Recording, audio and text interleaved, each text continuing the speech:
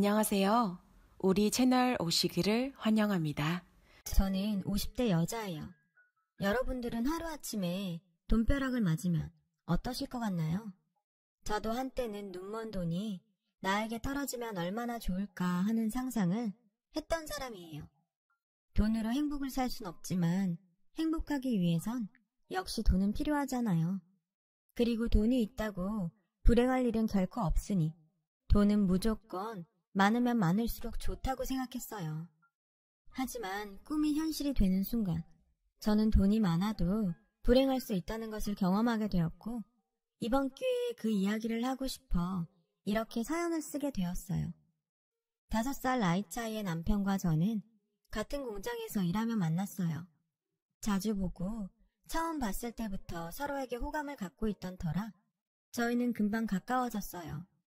1년의 연애 끝에 결혼을 하게 되었죠. 남편과 저는 둘 다 형편이 그리 좋지 않았어요. 저는 한때는 친할아버지의 재산으로 그럭저럭 살았지만 곧 가사를 탕제한 홀아버지와 함께 살았고 남편은 시골에 10년 된 옛날 빌라에서 아버지의 빚을 갚으며 살아가는 홀어머니와 8살 아래 여동생이 있었죠.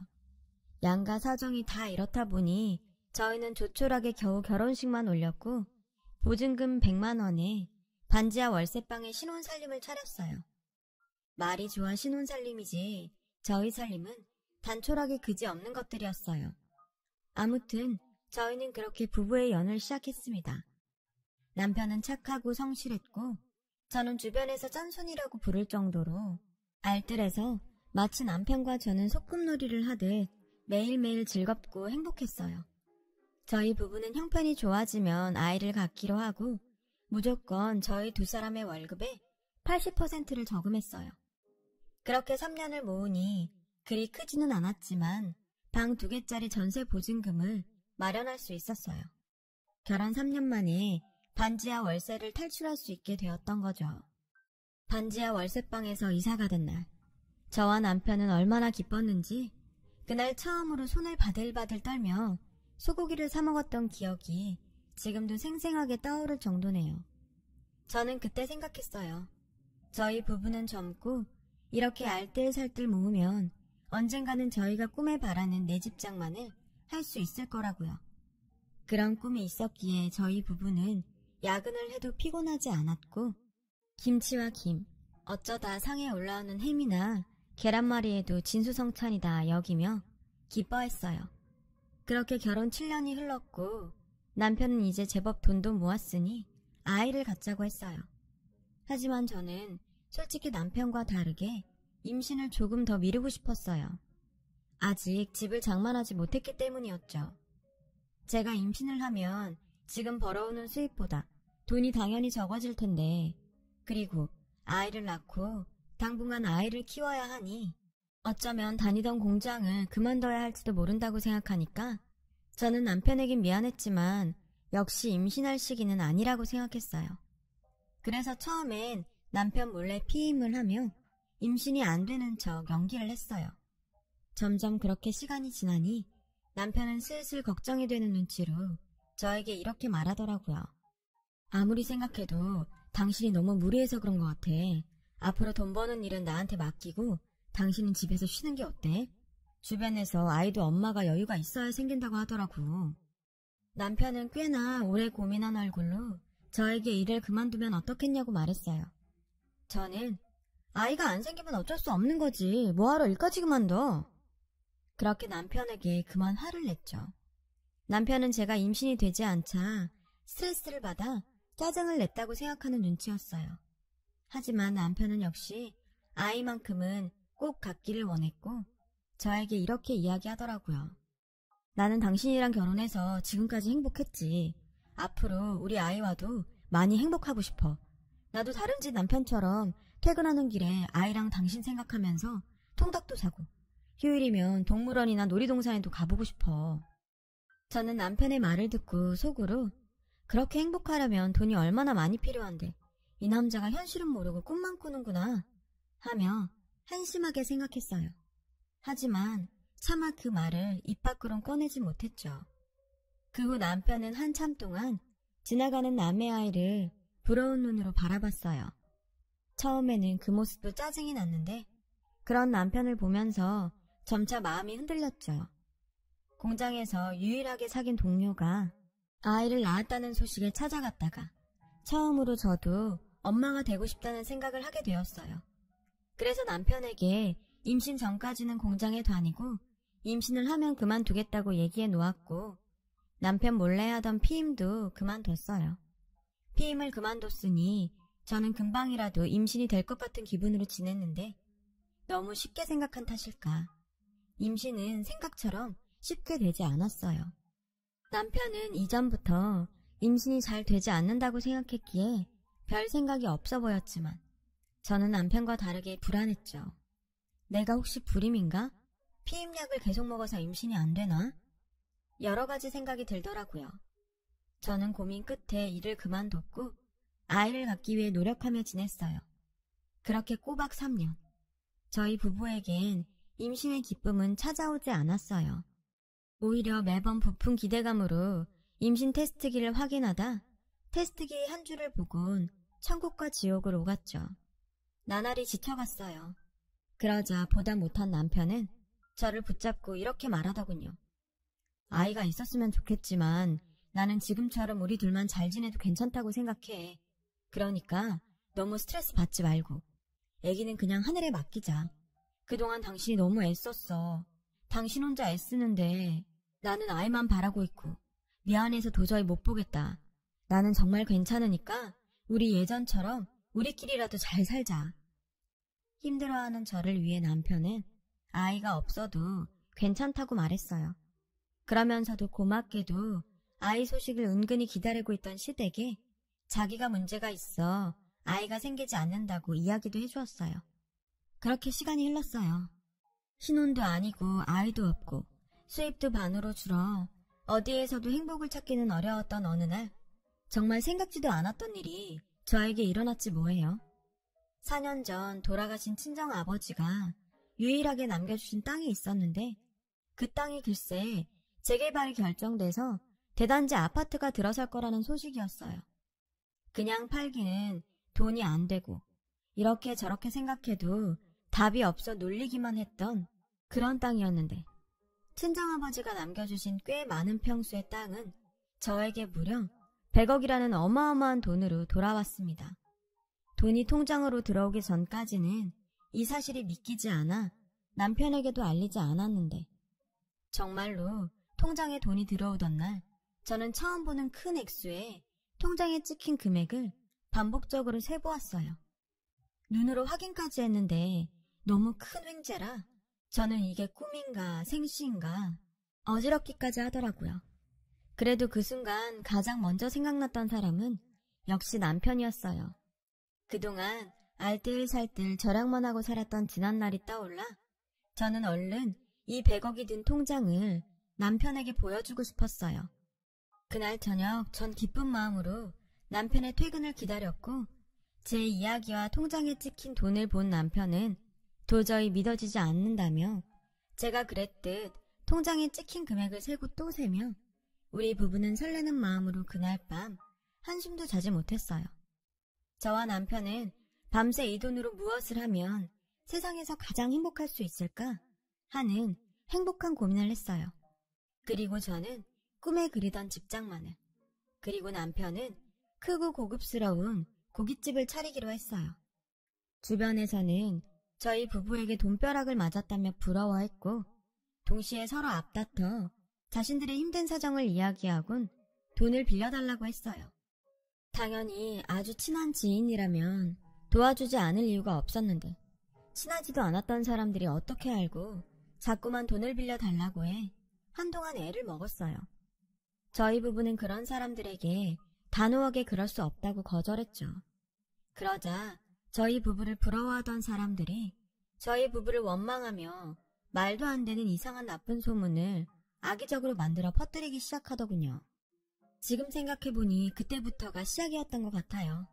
하루아침에 큰 돈이 생기니 그동안 잘 지냈던 주변 사람들은 자꾸만 멀어져 갔고 저희 부부 자체보다 저희가 가진 돈에 관심 있는 사람들이 꼬이기 시작했죠. 소문은 정말 무섭게 퍼져나갔고 어쩐지 주변에선 저희의 돈을 저희가 고생해서 번 돈이 아닌 운이 좋아 걷어 얻어진 돈이라며 저희 부부에게는 뭐든 바가지를 씌워도 괜찮다는 식의 이야기까지 나돌았고 저희 부부는 어쩔 수 없이 그동안 알고 지낸 사람들과 모두 연을 끊어야 했어요. 그리고 전혀 연고가 없는 지역으로 집을 장만해 이사를 가게 되었어요. 그 근방에 남편이 바라던 고깃집을 차렸고요. 남편은 매일 유명한 고깃집을 찾아다니며 비법을 배우러 다녔고 남편이 노력한 결과 저희 가게는 빠른 속도로 맛집이라는 소문이 나기 시작했어요.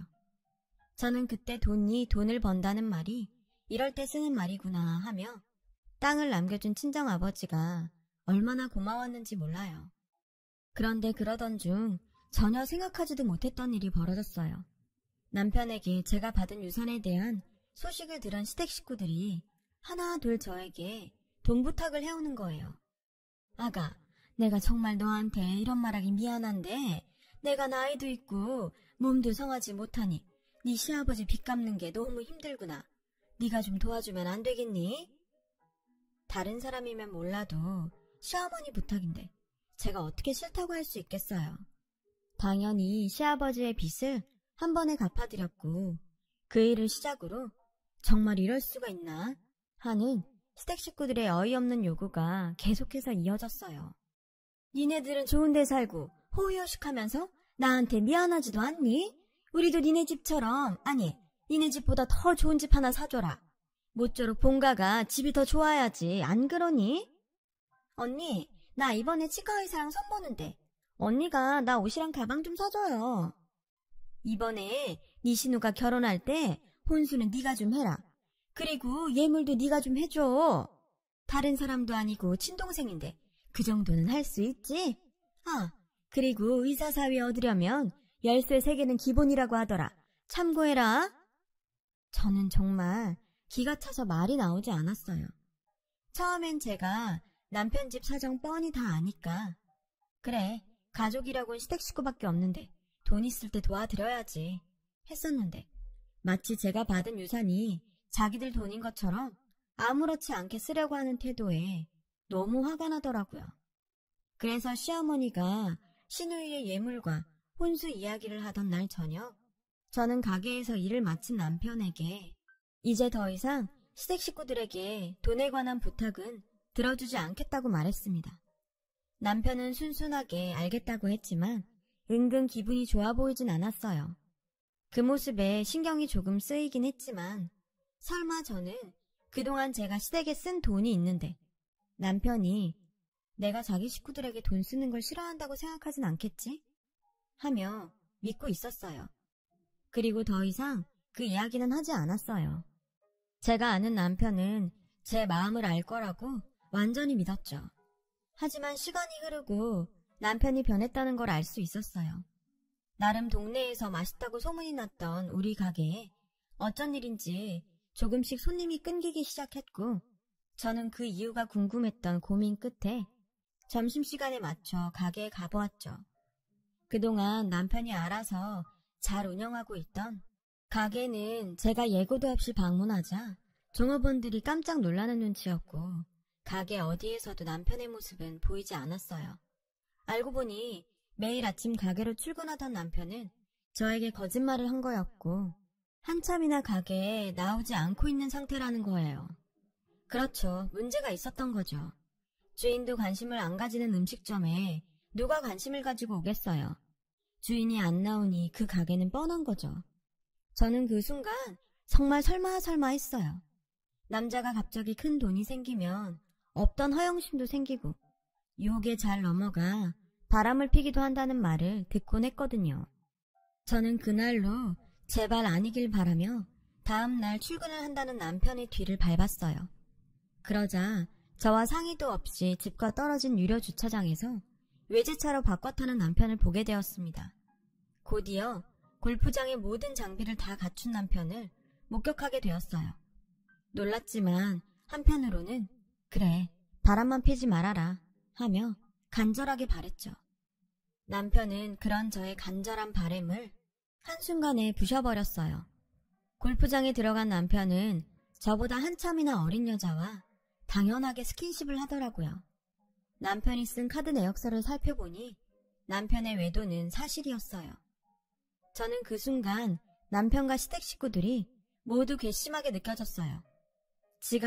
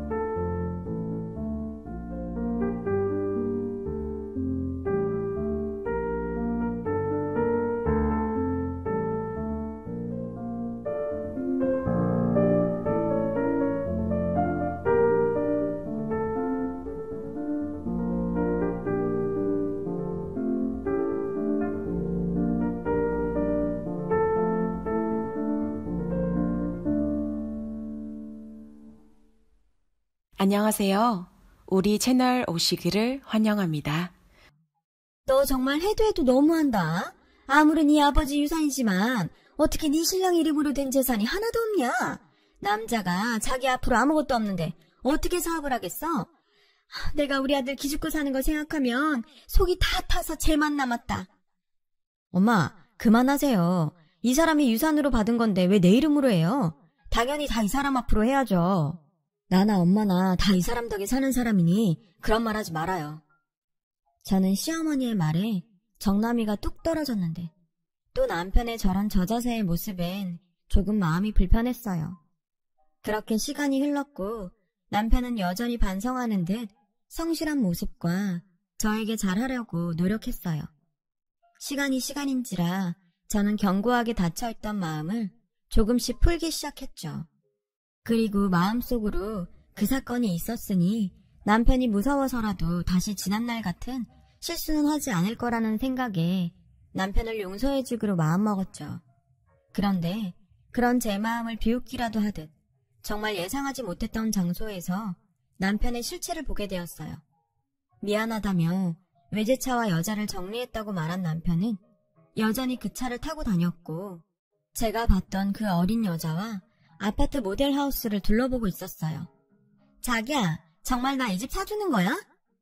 당연하지. 내가 우리 자기한테 거짓말하는 거 봤어? 자기 와이프 알면 가만히 있지 않을 텐데. 괜찮아? 걱정하지 마. 오빠가 다 생각이 있어. 우리 자기는 그냥 오빠만 믿고 행복하기만 해. 우리 얼른 이 집에서 예쁜 아기 낳고 행복하게 살자. 저는 두 연놈들의 대화에 손이 바들바들 떨렸어요. 사실 시어머니 성화도 있고 무엇보다 남편을 다시 믿어보기로 했기에 가게 명의를 남편 앞으로 바꿔줬거든요. 그뿐만이 아니었어요. 남편에게 가게 운영하면서 돈 걱정하지 말라고 가지고 있던 유산의 일부도 남편 통장에 넣어줬어요. 제가 충격에 간신히 버티고 있을 그쯤 저는 더 이상 그곳에 두 다리를 붙이고 서 있을 수 없었습니다. 야야, 집은 다 둘러봤어? 두 연놈에게 시어머니는 반갑게 다가갔고 시어머니는 남편의 상간녀를 마치 며느리처럼 대하며 연신 상간녀의 손을 꼭 붙잡고 있었어요. 내가 자손이 없어서 잠도 못 잔다. 옛날 같으면 벌써 소방 맞을 일이지.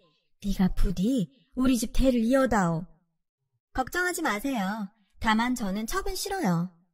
안다마다 조금만 기다려라. 다 돼간다. 지금 생각해보면 그때 제가 모델하우스 구경을 간 것이 저에겐 천운이었고 저는 당장이라도 그들을 응징하고 싶었지만 그 마음을 꾹 참았어요.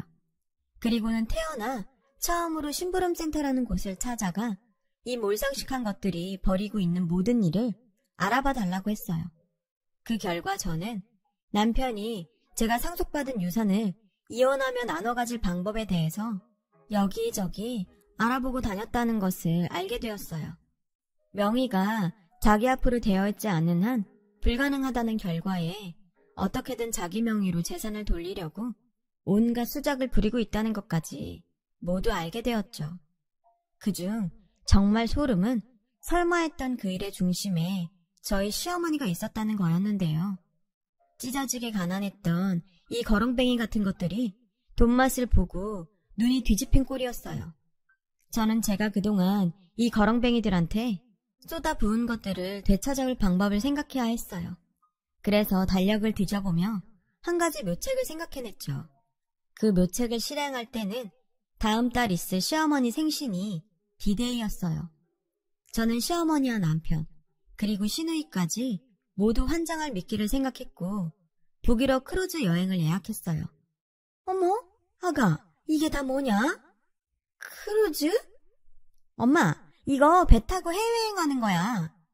근데 배를 왜 타? 비행기를 타야지. 배에서 즐기면서 여행하는 거야. 어머, 나까지 챙겨주고 올케 언니 너무 고마워요. 당신 너무 무리하는 거 아니야? 나는 안 가도 되는데. 가게 일한다고 쉰 적도 없잖아. 마음 같아서는 나도 가고 싶은데 지난번에 보니까 가게 종업원들한테 맡겨놓을 수만은 없더라. 그냥 자기가 나 대신 효도한다고 생각하고 다녀와. 그래, 새애기가 모처럼 이렇게 우리를 생각해줬는데 그걸 마다하는 것도 못 쓰는 거다. 우리 가서 재미나게 놀고 오자. 고맙다, 아가야. 네가 정말 우리한테는 복덩이다.